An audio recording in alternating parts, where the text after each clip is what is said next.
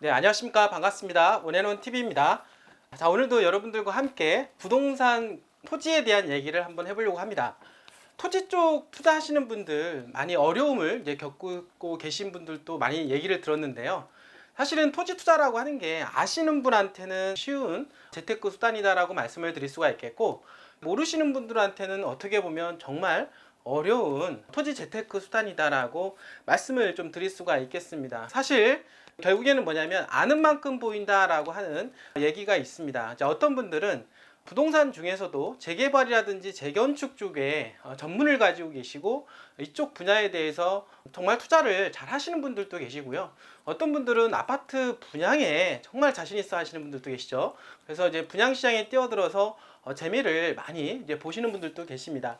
자, 물론 금융시장에서 보게 되면 주식시장이라든지 또는 전자화폐 시장에서도 투자해서 재미를 보시는 분들도 많이 있다고 얘기를 들었습니다. 그런데요, 대한민국 같은 경우는 부동산 시장이, 그러니까 모든 자산 시장 중에서 부동산 시장이 거의 70에서 90% 정도 가까울 정도로 어마어마하게 차지를 많이 하고 있다라고 하죠. 근데 미국 같은 선진국 같은 경우는 부동산 시장이 한 30-40%밖에 차지하지 않고 나머지 부분들이 금융시장에 몰입이 되어 있다라고 하는 것입니다.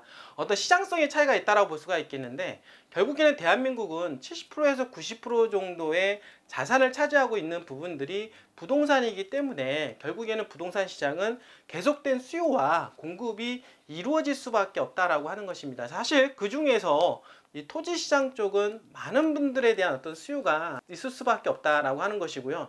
그리고 대한민국 국민의 특성이 있습니다. 어떤 특성이냐면 토지에 대한 어떤 갖고 싶은 욕망들이 있다라고 많이 하고 있습니다. 결국엔 이런 욕망들이 어떤 수요를 자극을 하게 되는 거고, 그 수요에 의해서 당연히 집가 상승 요인이 크게 작용하는 것이다라고 볼 수가 있겠습니다. 자, 뿐만 아니라 대한민국은 경제성장 발전 속도가 상당히 빠르다라고 볼 수가 있겠는데요.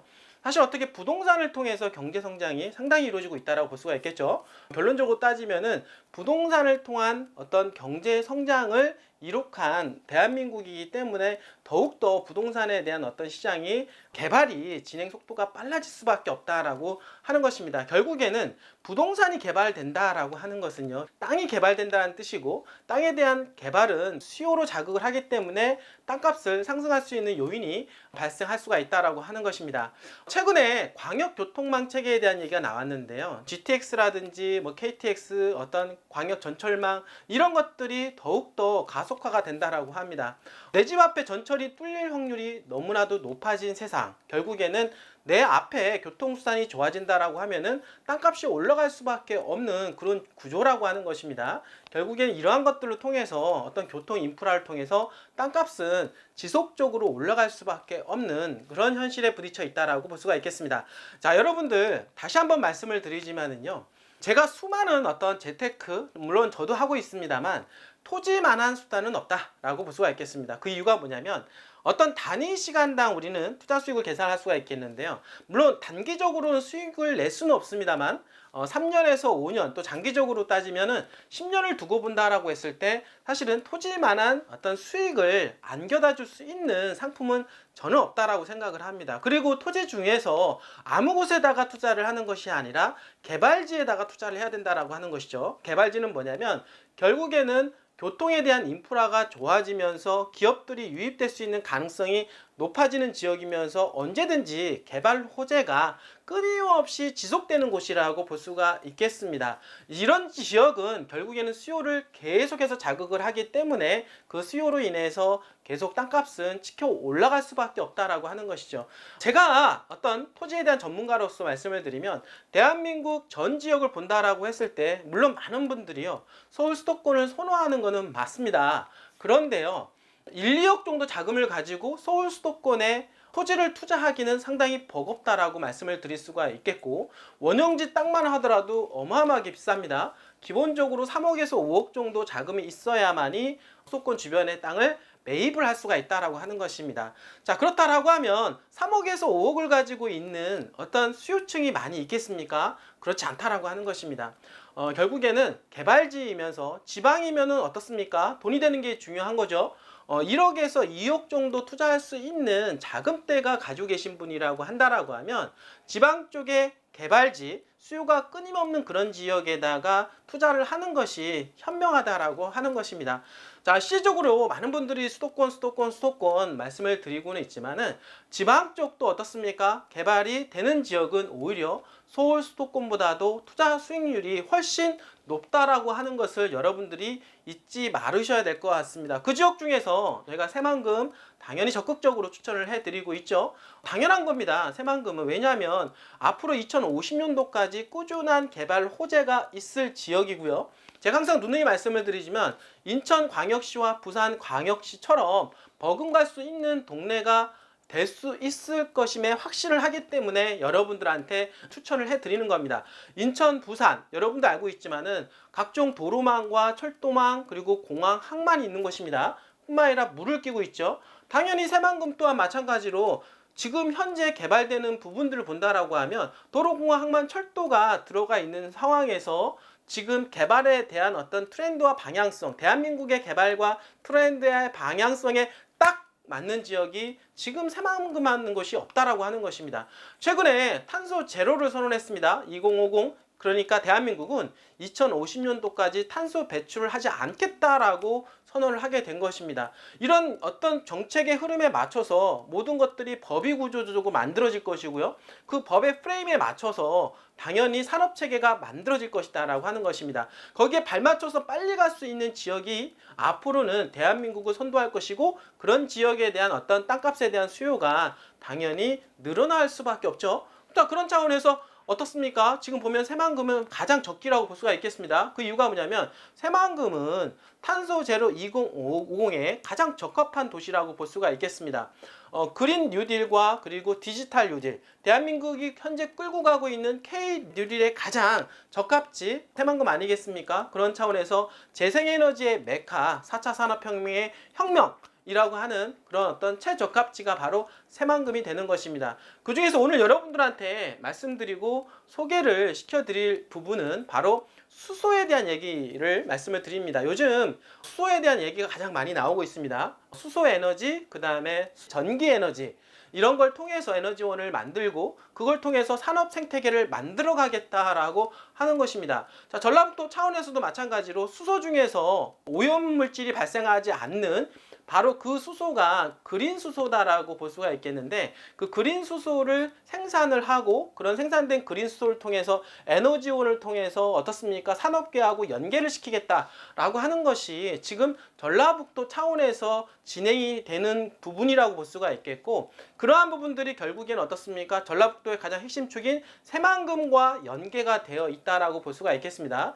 그래서 새만금에는 어떤 그린 수소하고 관련된 그런 산업 생태가 엄청나게 이루어질 것이고 그러므로 해서 경제적 효과뿐만 아니라 많은 기업들을 유치 그리고 인구 유입까지 고려를 할 수가 있다라고 하는 것입니다. 자, 오늘 여러분들한테 소개할 주제는요. 새만금의 에너지 자립단지 구축, 수소 전문기업 무려 40개 정도 양성할 계획이다라고 하는 부분을 말씀을 좀 드리도록 하겠습니다. 자, 오늘 첫 번째 보게 되면은요. 전라북도가 2030년도까지 국내 최대 그린 수소 생산 인프라를 갖춰서 연간 10만 톤급을 만들 계획이다라고 하죠. 자, 두 번째 보면은 전라북도는 3조 8,078억 원 조단입니다. 새만금 재생에너지 클러스터와 연계한 대규모 그린 수소 생태계를 만들겠다라고 하는 것입니다.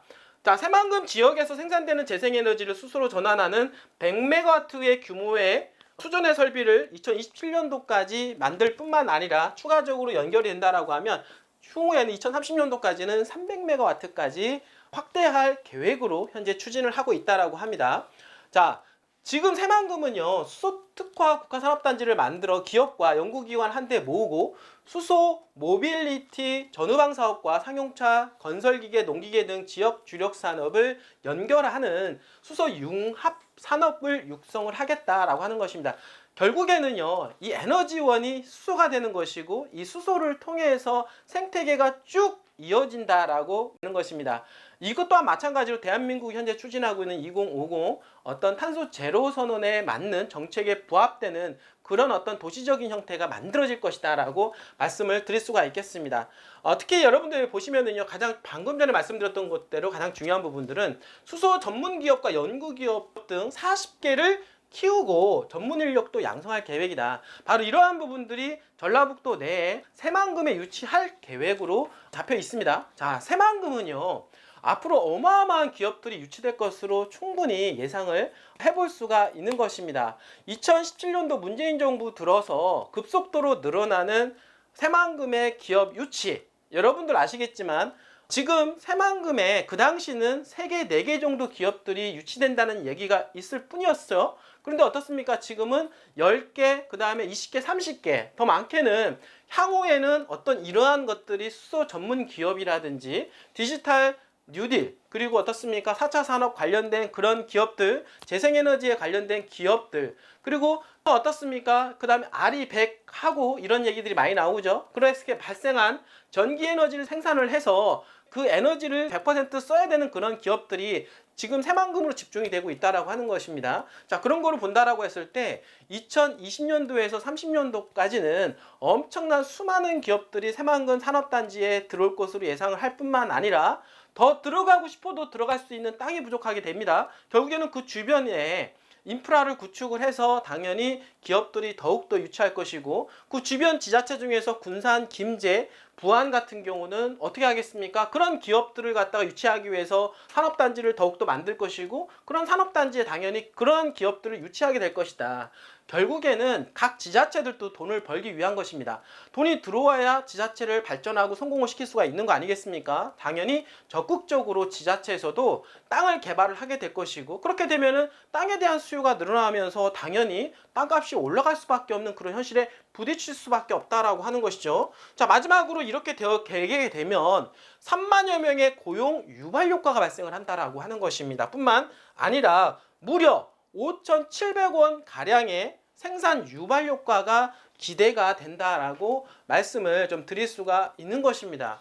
자, 오늘 여러분들한테 수소 기업에 대한 얘기, 그리고 수소 생산에 대한 이런 얘기를 좀 말씀을 드렸는데요. 앞으로 이런 것들은 수소하고 관련된 전후방 산업들은 대한민국이 현재 진행하고 있는, 대한민국의 발전하고 있는 방향성에 가장 부합이 될 뿐만 아니라 새만금하고는 가장 적합 지역이다라고 볼 수가 있겠습니다. 물론 다른 지역도 수소 기업을 유치하기 위해서 어마어마하게 현재 노력을 하고 있습니다만, 새만금만큼 이런 어떤 최적의 적합지는 제가 보기에는 없다라고 말씀을 드릴 수가 있겠습니다. 자, 여러분들 오늘 제가 말씀드렸던 수소기업 뿐만 아니라 지금 많은 기업들이 새만금에 지금 들어오려고 서로 경쟁을 하고 있습니다. 최근 들어서는 수많은 대기업까지도 현재 진행할 뿐만 아니라 대기업이 따라오게 되면 당연히 대기업과 같이 물려있는 중소기업도 따라올 수밖에 없다라고 하는 것이죠. 결국에는 대기업의 유치는 수많은 기업들의 유치가 될 것이고,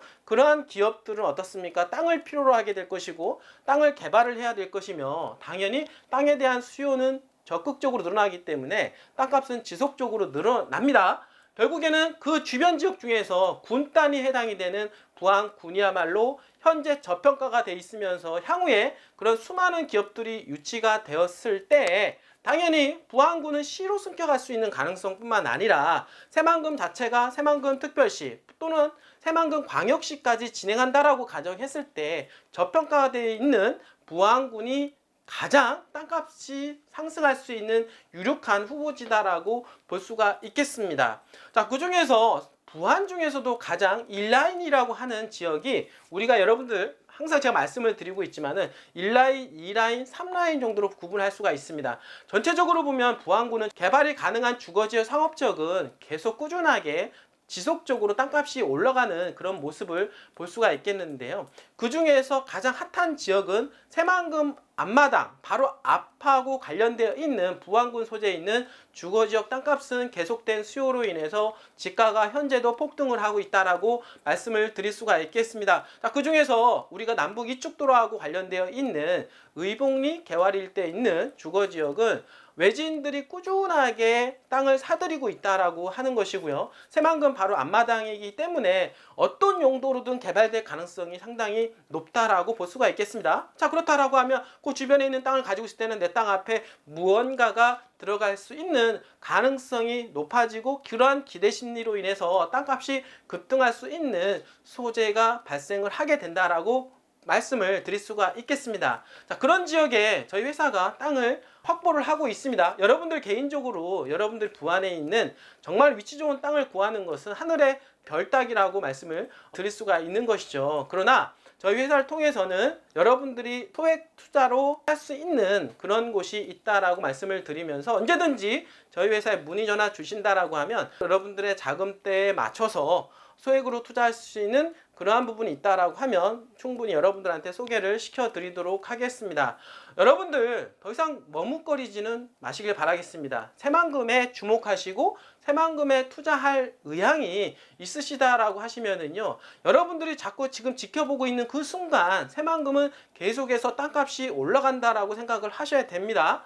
지금 많이 올라간 것 같지만 시간을 두고 본다라고 하면 앞으로 3년, 5년 두고 본다라고 하면 그때가 바닥 시점이었구나 라고 하는 것을 여러분들이 알게 될 거다라고 하는 것입니다. 여러분들 투자할 곳이 많이 있지만 개발 가능성이 없는 지역에 아무리 땅을 싸게 산들 의미가 없다라고 하는 것입니다. 그런 지역은 땅값이 안 올라가죠.